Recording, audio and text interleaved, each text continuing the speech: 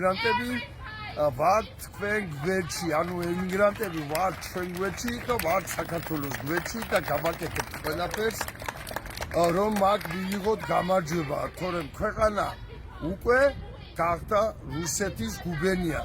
საბჭოთა კავშირში სტატუსი მაიწყება რესპუბლიკის და ახლა მეგონია სტატუსაც ამოგზავნეთ და პირდაპირ გუბერნიად გავხდიან. ისე მიდის საქმე, ამიტომ უნდა ვიბრძოლოთ სიყვარლამ, ამიტომ არ უნდა დავნებდეთ არავინ და მოუწოდებ ყველა ქართველს, მოუწოდებ რომ ხვალ 31-ში მივიდეთ აუცილებლად აქციაზე, ვიბრძოლოთ გამარჯვებისთვის და არავითარი დაშლა უნდა დაიწყოს თბილისის პარალიზება, უნდა დაიწყოს ცენტრალური გზების პარალიზება, უნდა დავსდეთ პარლამენტთან და გავმართოთ ხალხმრავალი აქციები ყოველდღიური 24/7-ზე. სხვანაირად გამარჯვება არ იქნება. მადლობ ყურადღებისათვის.